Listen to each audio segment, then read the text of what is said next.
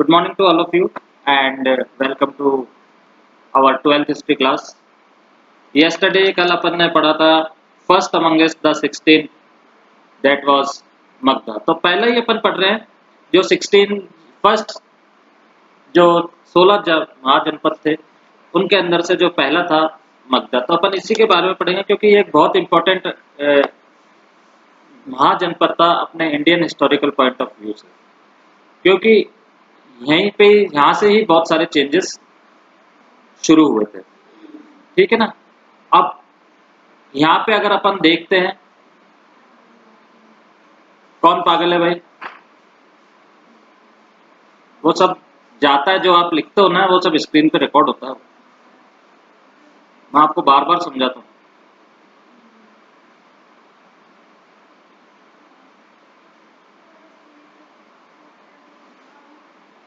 इससे ये पता लगता है जब चेक होती है वीडियो कि आपका कितना ध्यान इधर ऑनलाइन क्लासेस में लग रहा है या नहीं लग रहा है। ये सारी चीजें क्या है आगे वालों को पता चलती है और उनके पास फिर क्या होता है कि एक पूरा रिकॉर्ड रहता है। आप इस बात को फिर डिनाई नहीं कर सकते कि सर हमारा ध्यान था नहीं या हमारा नहीं।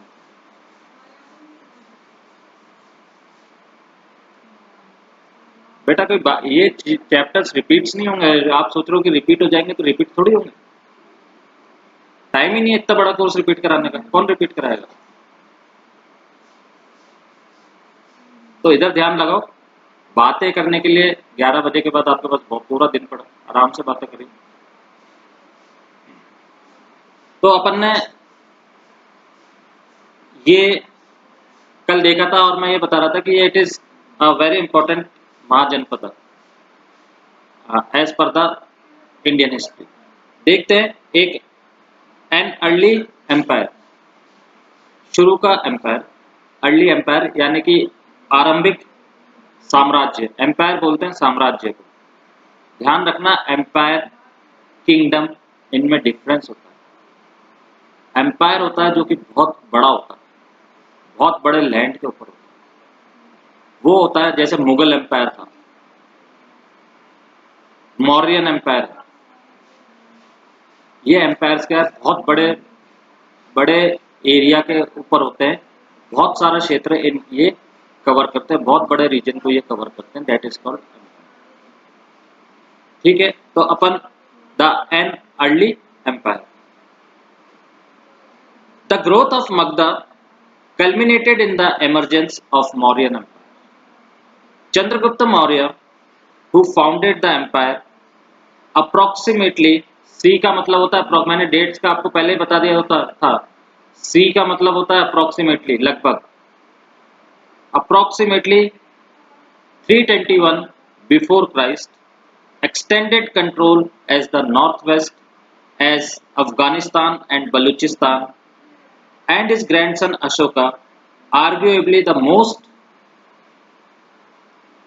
famous ruler of early India, conquered Kalinga, present day Orissa, coastal Orissa. So अपना आरंभिक राज्य, शुरू का राज्य, एन अर्ली एम्पायर, जो क्या था, मगध का जो डेवलपमेंट के साथ साथ मौर्य साम्राज्य का भी उदय हुआ। यानी कि जैसे जैसे डेवलपमेंट हो रहा था मगधा का जो एरिया था, वो जैसे जैसे बढ़ रहा था, तो उसी के साथ साथ मौर्यन एम्पायर का भी क्या हुआ, उदय हुआ। यानी कि मौर्यन एम्पायर भी उसी समय सामने आया। और मौर्य एम्पायर के संस्थापक चंद्रगुप्त मौर्य लगभग 321 या बिफोर क्राइस्ट का शासन जो था वो नॉर्थ वेस्ट में अफगानिस्तान और बालूचिस्तान तक फैला हुआ था। यानी कि अब अगर आप मैप चेक करेंगे तो मगधा क्या किसको बोलते हैं, बिहार को। और अगर आप मैप में अफगानिस्तान को देखेंगे तो अफगानिस्तान वहां से कितनी दूर है, और बलूचिस्तान को आप चेक करेंगे मैप के ऊपर तो वो बिहार से कितनी दूर है। तो ये एक बहुत बड़ा एम्पायर था जिसका कि जिस एम्पायर को एस्टेब्लिश किसने किया था, चंद्रगुप्त मौर्य ने। और उनके जो ग्रैंडसन था, चंद्रगुप्त मौर्य का जो ग्रैंडसन था वो था अशोका। ठीक है, जो कि अपने अर्ली जो एम्पायर्स थे उनका सबसे फेमस रूलर था वो अशोक। और उसने कलिंग का युद्ध, यानी कि जिसको अभी अपन उड़ीसा बोलते हैं, उसमें उसने विजय प्राप्त की थी। और इसी युद्ध के बाद उसने अपना धर्म भी चेंज कर दिया, क्योंकि उसने जब यहाँ पे, अगर आपने कॉमिक्स भी पढ़ी है या हिस्ट्री पढ़ी है, तो यहाँ पे जब उसने तबाही मचाई थी अशोका ने, तो वो बहुत जबरदस्त मचाई थी। लाशों के ढेर लग गए थे पूरे पूरे मैदानों को। तो उसको देख करके फिर इसने ये अपने धर्म को चेंज किया और फिर इसने बोला कि अब मैं कोई लड़ाई आगे नहीं लड़ूंगा, जो है वो ठीक है। सो एनीवे, वो जब आएगा, जब अपन उसमें रीड करेंगे, तो सबसे पहला जो इंपॉर्टेंट रूलर ध्यान रखना, early empire Ashoka. Early empire Magadha was established by Chandragupta Maurya. Clear? कोई क्वेश्चन, कुछ पूछना है?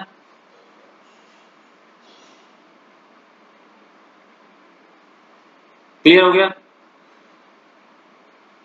से एटलीस्ट यस और नो। क्लियर नहीं हुआ रौनक?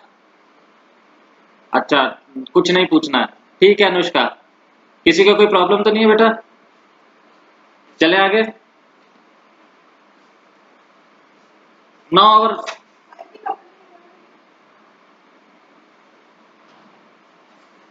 our next topic is finding out about Mauryas। अब मौर्य वंश के बारे में जानकारी प्राप्त करना, फाइंडिंग आउट अबाउट मौर्यस। अब मौर्यस तो थे 300 साल पहले, 300 बीसी बिफोर क्राइस्ट वो थे। उनका एम्पायर आया, उन्होंने एम्पायर किया और वो चले गए का लगभग, आज से लगभग करीबन 2500 साल पहले की बात होगी। तो वो लोग तो गए, अब उनके बारे में जानकारी कैसे प्राप्त की, कैसे पता लगाया जाए कि मौर्यन एम्पायर, सबसे पहली बात तो कोई था भी ऐसा एम्पायर या नहीं था, तो उसके रूलर्स कौन थे, किस तरह से उनका एडमिनिस्ट्रेशन होता था, और किस तरह से उनको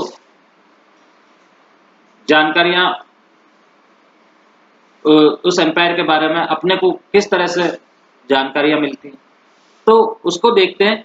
मींस मौर्य वंश के बारे में जानकारी प्राप्त करना, finding out about Maurya. Historians have used a variety of sources to reconstruct the history of Mauryan Empire. These include archaeological finds, especially sculpture. Also valuable are contemporary works such as account of Megasthenes,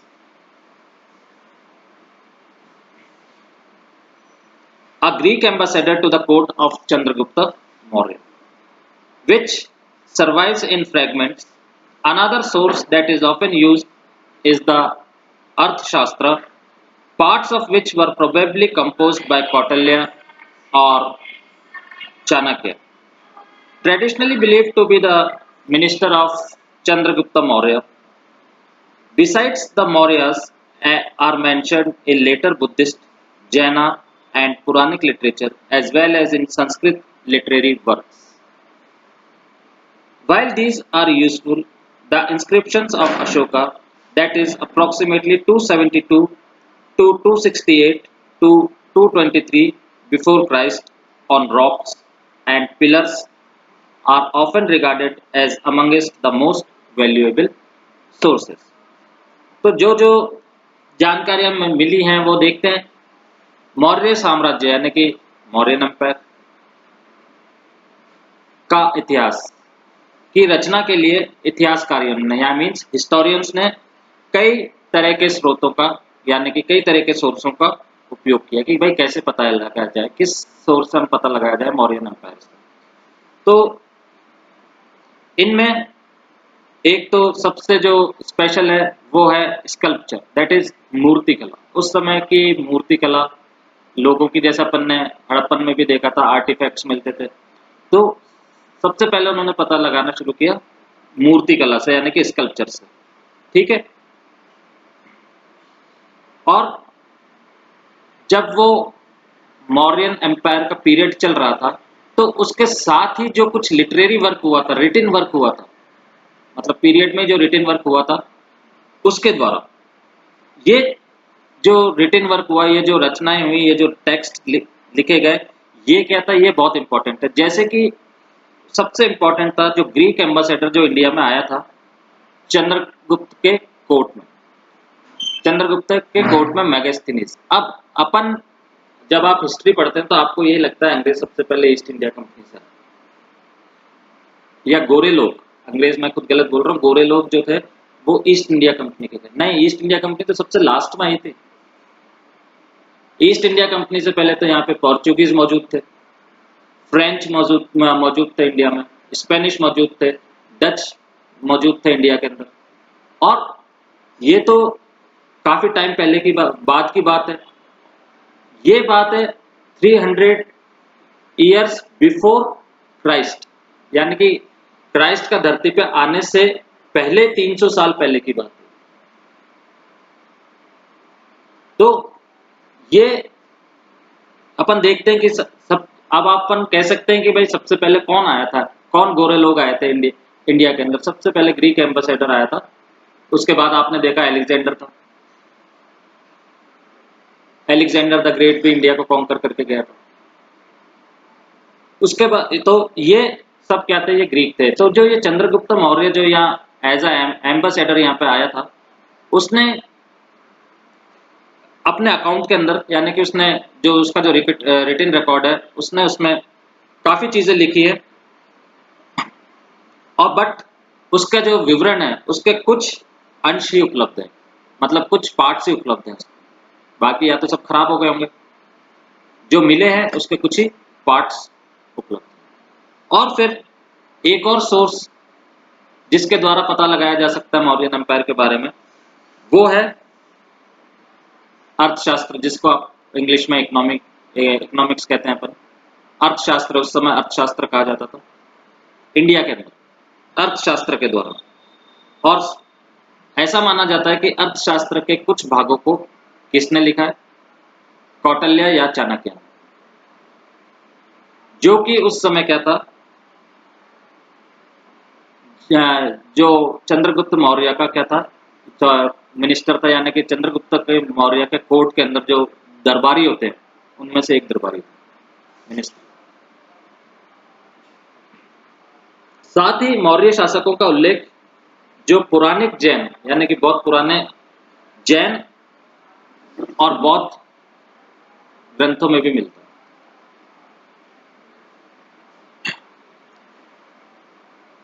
इसके साक्ष्य बड़े उपयोगी है, लेकिन सबसे उपयोगी जो है वो है जो इंस्क्रिप्शंस, पत्थरों पर लिखे जो इंस्क्रिप्शंस हैं, वो सबसे इंपॉर्टेंट है। Inscriptions of Ashoka on rocks, जो शायद लास्ट लिखा हुआ है, inscriptions of Ashoka on rocks, rocks के ऊपर जो इंस्क्रिप्शन लिखे हुए हैं अशोका के लिए, वो सबसे इंपॉर्टेंट है। Rocks and pillars are often regarded as the amongst the most valuable sources. तो ये जो सोर्सेज मिले हैं, खास करके जो इंस्क्रिप्शंस और जो पिलर्स मिले हैं जिसके बारे में अशोका के बारे में लिखा हुआ है, ये सबसे इंपॉर्टेंट सोर्स माना गया। क्लियर? एनी क्वेश्चन पूछना है किसी को कुछ?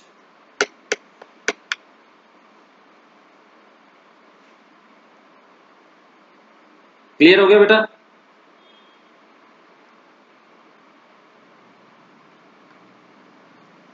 ओके, ठीक है। रौनक, अनुष्का, क्लियर हो गया ना?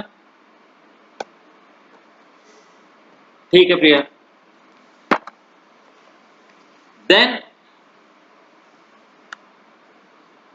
we come on to the next paragraph. Ashoka was the first ruler who inscribed his message to his subjects and officials on stone surfaces.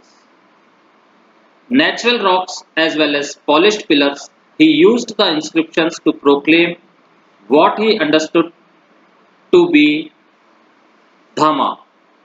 This included respect towards elders, generosity towards brahmins, and those who renounced worldly life, treating slaves and servants kindly, and respect for religions and traditions other than one's. तो यहाँ अपन देखते हैं अशोका वह पहला सम्राट था जिसने अपने अधिकारियों और प्रजा के लिए संदेश, यानी कि अब संदेश भी देना है, अपने लोगों को संदेश देना है, या प्रजा को, प्रजा मीन्स जो उसके लोग थे जो एम्पायर में रहते थे उनको संदेश देना है, तो किस तरह से संदेश दिया जाए और या मैसेज देना है। तो उसने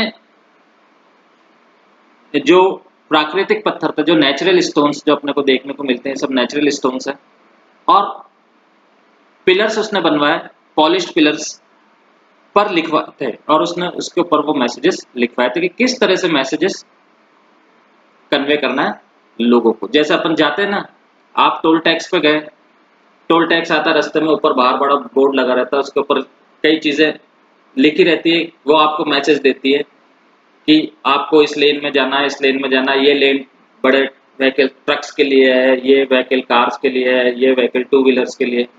तो इसी तरह से उसने क्या था, उस समय प्रिंटिंग तो थी नहीं, तो मैसेज देने के लिए अपने लोगों को जो भी उसका मैसेज था, जो भी राजा का मैसेज होता था, वो क्या करता था, इंस्क्रिप्शन करवा करके स्टोन्स के ऊपर वो मैसेज लोगों तक कन्वे हो जाता था। अशोक ने अपने इंस्क्रिप्शन के माध्यम से,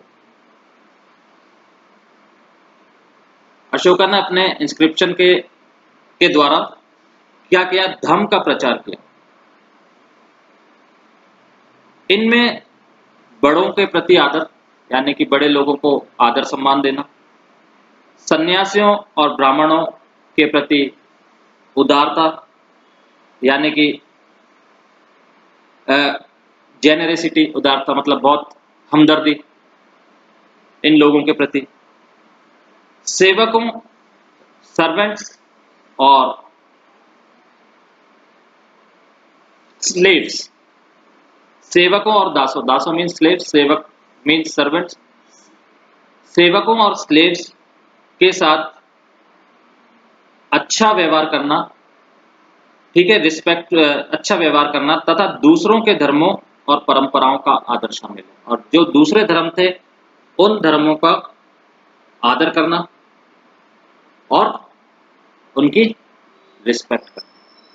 ये जो अशोका के जो मैसेज थे, ये सारे जो अपनी प्रजा को वो देना चाहता था, ये सारे इंस्क्रिप्टेड मैसेजेस मिले हैं कि वो किस तरह से अपने लोगों को मैसेज देता था, और उसके सबसे जो मैसेज थे उस राजा के, वो यही थे कि बड़ों का आदर करिए, सन्यासी और जो ब्राह्मण है उनके प्रति हमदर्दी रखिए, दूसरे जो रिलीजन्स हैं उनकी रिस्पेक्ट करिए, और सर्वेंट्स और सेवकों के साथ भी हमदर्दी का व्यवहार करना। तो ये सारे इंस्क्रिप्शंस क्या थे, अशोका ने लिखवाए, मैसेज दिया अपने लोगों को, और उसने क्या उसने धारण किया था, धामा। याद रखना, जिसने अधिकारियों और प्रजा का गया, Ashoka was the first ruler who inscribed his message to his subjects and officials on stone surfaces, natural rocks as well as polished pillars. He used the inscriptions to proclaim what he understood to be Dhamma. उसके according धामा क्या होता था, ये उसने अपने को बताया। एक्चुअली धामा जो था ये बुद्धिस्ट रिलीजन से रिलेटेड है। धामा वर्ड जो यूज किया गया है, या अपन इसको बोल सकते हैं, अगर धर्म भी बोल सकते हैं कि भाई धर्म हो तो कैसा हो, या धामा हो तो कैसा। तो उसने ये जो बताया कि भाई धर्म अगर आपको करना ही है, धर्म करना है, तो आपको ये सारी चीजें करनी चाहिए। Got it? क्लियर? कोई question?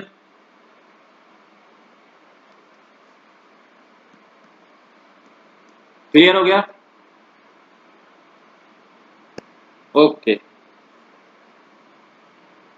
Our next topic is, ये थोड़ा टॉपिक अपना बड़ा है, that is administering the empire. सबसे बड़ी चीज होती है एडमिनिस्ट्रेशन। एडमिनिस्ट्रेशन क्या होता है? आज अपना शहर है अजमेर, अजमेर डिस्ट्रिक्ट है, डिस्ट्रिक्ट आप जानते हैं। इसको चलाना कि लोगों में झगड़े नहीं हो, लोगों को के पास सब चीजें पहुंच जाएं, लोगों को किसी प्रकार की असुविधा नहीं हो, और अगर किसी को कोई प्रॉब्लम हो तो उसको कहाँ पे अप्रोच करनी है, किसको बताना है, उसको क्या करना है। तो ये एक बहुत बड़ा काम होता है किसी भी चीज को एडमिनिस्ट्रेशन करने का, किसी भी चीज को चलाने का। क्लियर? तो ये administrating the empire means, empire तो बहुत बड़ा था, जैसा अपन ने देखा है मौर्यन एम्पायर तो बहुत ज्यादा बड़ा था। तो किस तरह से वो उसको एडमिनिस्टर करते थे वो अपन नेक्स्ट टॉपिक में देखेंगे और नेक्स्ट क्लास में देखेंगे, क्योंकि अगर मैंने स्टार्ट कर दिया तो ये पूरा नहीं होगा, क्योंकि 1.5 मिनट ही बचे। क्लियर?